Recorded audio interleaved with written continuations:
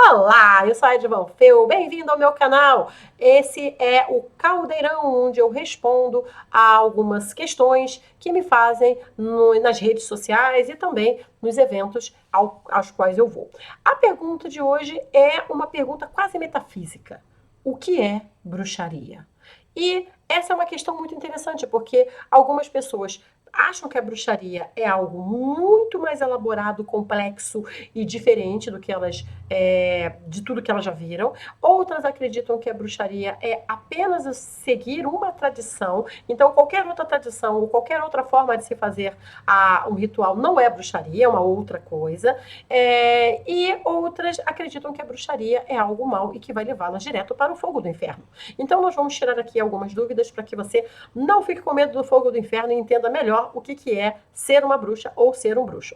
Basicamente, a bruxaria, a bruxeria, ela é uma forma de manipulação de energia para que você alcance objetivos. Esta também é a definição de magia. A bruxaria acabou adquirindo um peso muito mais denso, muito mais muito peso pesado não, né? Mas um peso mais doloroso por causa da Igreja Católica, que começou a perseguir todos aqueles que não faziam mais parte da sua egrégora, digamos assim, do seu plano, dos seus dogmas.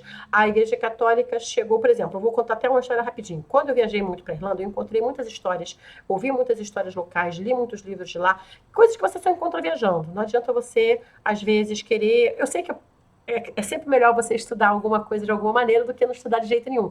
Mas quando você viaja, você tem uma abertura muito maior, porque você está lá no local e você tem informações que às vezes você não teria aqui.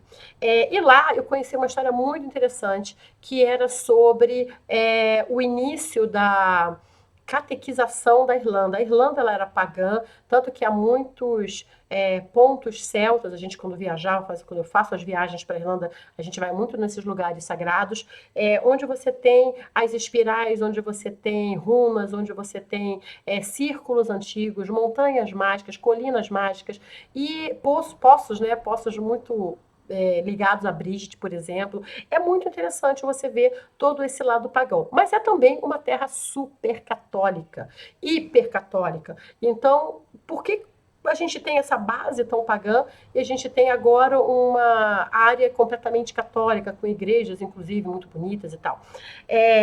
Porque por algum tempo, quando o catolicismo começou a entrar, o cristianismo começou a entrar na Irlanda, era permitido, né, e foi assim por algum tempo, que padres, monges, freiras e sacerdotisas, sacerdotes e druidas convivessem mutuamente, porque os dois tinham a mesma proposta. Todo mundo ali estava com o mesmo objetivo, que é ajudar a população local na conexão divina. Se a conexão divina tinha um nome diferente para cada um, isso não era muito importante na época. E essa parte religiosa não era só de conexão divina, era também para cura, porque era também para aconselhamento, porque havia coração partido, havia osso quebrado, havia doença, havia medo, havia dúvida. Tudo isso que a gente vive hoje também existia nos tempos passados. Então, a religião, a espiritualidade, ela estava ali para isso, para servir como um guia para aquele povo. Mas chegou no momento um papa, até que um papa disse que não tá bom isso. Essa união de vocês não é legal porque a gente precisa que todos sejam católicos. E proibiu que houvesse essa união, esse espírito de colaboração. E com isso, isso aconteceu especialmente no Templo de Brigitte, que era que era a história que eu estava ouvindo lá, era justamente sobre o Templo de Brigitte. Havia um fogo que nunca apagava nesse templo. Há 200 anos que esse fogo não era apagado, porque era o fogo que representava a energia sagrada da deusa Brigitte. E olha só que triste. Todos conviviam bem, só que aí quando o Papa deu essa ordem, então os monges e padres resolveram dar uma opção para as sacerdotisas e para os druidas ou eles aceitavam se tornarem cristãos através do batismo, se converterem, ou eles teriam que deixar aquele local que agora era deles. Então eles meio que usurparam aquele templo, transformaram numa igreja, apagaram o fogo de Bright porque era uma coisa pagã e expulsaram aqueles que não quiseram se converter. E isso é muito triste, né? Porque imagine só se não tivesse sido dada essa ordem, né? Todo esse preâmbulo foi para dizer que isso já tem bastante tempo, né? Isso foi bem nos primórdios lá da história do cristianismo na Irlanda. E o que acontece é que todo mundo que tinha uma característica que não condizia com o que se sabia da igreja, que a igreja não aceitasse, era taxado de inimigo. Lembra alguém? Então, esse foi um grande problema. Então, todo mundo que representasse um risco foi taxado como inimigo. Muitas mulheres morreram, muitos homens morreram, e para você ser taxado de bruxa ou bruxo, bastava que você fosse muito feia ou muito bonita, ou não quisesse ter relações com o cara que tivesse afim de você, ou tivesse muito dinheiro, ou fosse muito independente, ou o seu marido já tivesse cansado de você e quisesse os seus bens e quisesse se livrar de você, porque tinham várias regras para você denunciar uma bruxa ou um bruxo. Você podia simplesmente apontar, não precisava de prova, e quem apontasse ficava com metade dos bens dessa pessoa e a igreja ficava com a outra metade. Super negócio, hein? E, que beleza! Então, as bruxas passaram a ter essa característica muito pesada, né? De que elas são, sei lá, adoram o demônio, ou que elas são mais, ou que elas estão ali, todo tipo de mazela, ventou naquele dia, foi culpa de uma bruxa, choveu naquele dia, foi culpa de uma bruxa, se as vacas morreram, foi culpa de uma bruxa, e assim a bruxa e a bruxaria acabaram ficando com um sentido muito negativo, né? Mas a bruxaria nada mais é do que a manipulação da energia. Geralmente pode ser energia natural, mas você também tem energias simbólicas, né, através de símbolos, através de desenhos, através de encantamentos. Você sim vai ter contato com deidades, você não precisa estar submetido a essas deidades, como algumas pessoas acreditam, não precisa.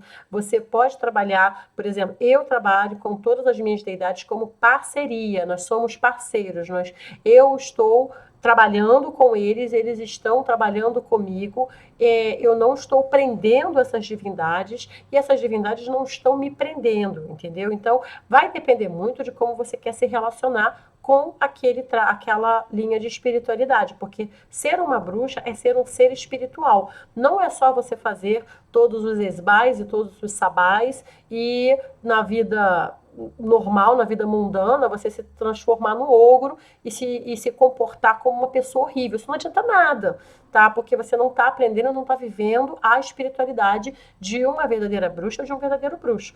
Então, a bruxaria, ela tem que ser algo de dentro e que se irradie para tudo que você faz. Tá no seu ato. Então, tem várias pequenas atitudes que estão ligadas à bruxaria e as pessoas nem sabem, né? Sabia que quando você bota a mão na boca quando boceja, tecnicamente é para não deixar que maus espíritos entrem? Ah, mas é uma questão de educação. Sim, é uma questão de educação depois, mas antes, lá nos primórdios, era por causa disso.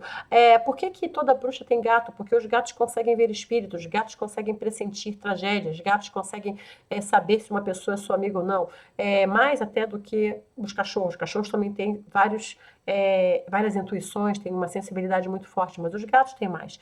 Então, os gatos foram perseguidos porque eram os animais protetores das bruxas. Ou seja, gente, a história está cheia de coisa louca. Se vocês forem parar para ler, um dia eu vou passar aqui, mas eu vou passar muito tempo contando para vocês várias das histórias que a gente descobre que fizeram de injustiça também e de burrice mesmo, né? Porque, por exemplo, nessa história dos gatos, perseguiram os gatos, mataram os gatos, porque os gatos eram das bruxas, não precisava nem ser preto. O que aconteceu? Os ratos proliferaram, os ratos tinham pulga, peste negra. Morreram todos. Lei da ação e reação, né, gente? Então, devemos ficar muito atentos para isso também.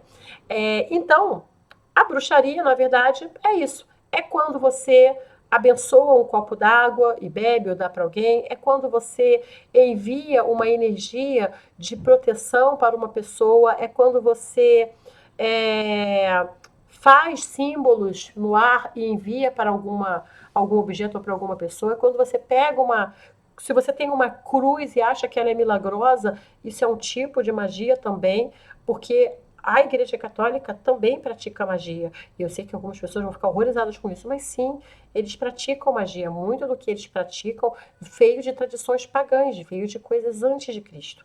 Então, assim, é importante que você sempre questione quando começarem a atacar. Ah, você é uma bruxa, bruxaria do mal. E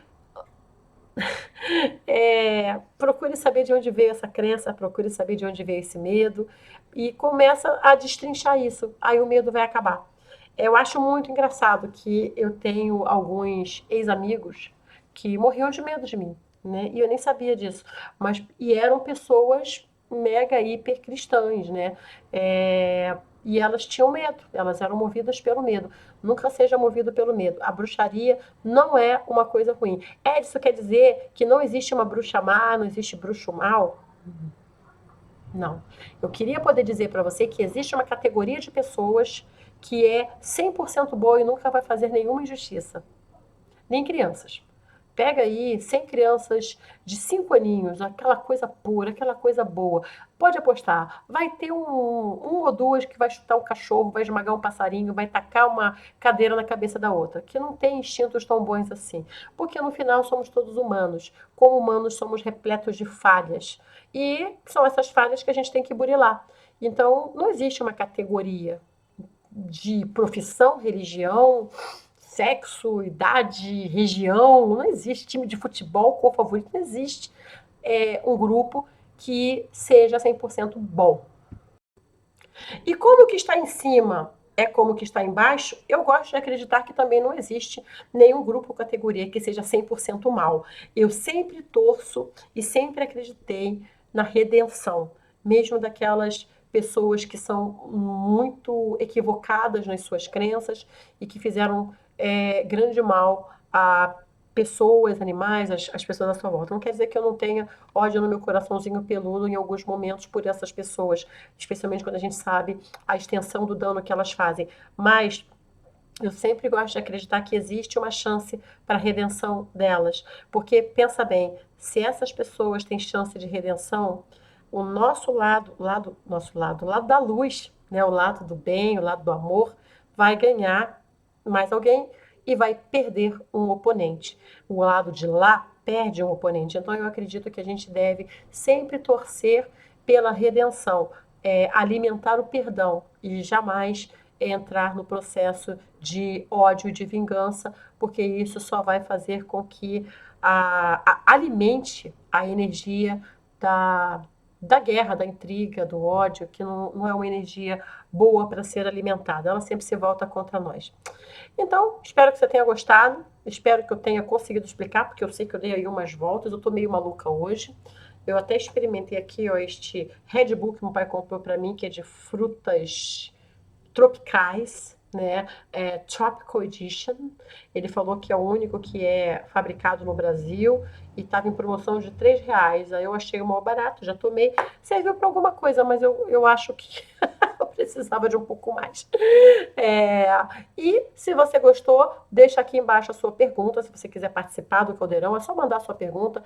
Pode deixar aqui nos comentários que eu vou fazendo a minha triagem e trago mais respostas no próximo vídeo, no próximo Caldeirão. Um super beijo e não esquece, compartilha, curte, comenta e, se não se inscreveu ainda, shame, shame, shame, se inscreve no canal, porque isso me ajuda a trazer mais vídeos para vocês.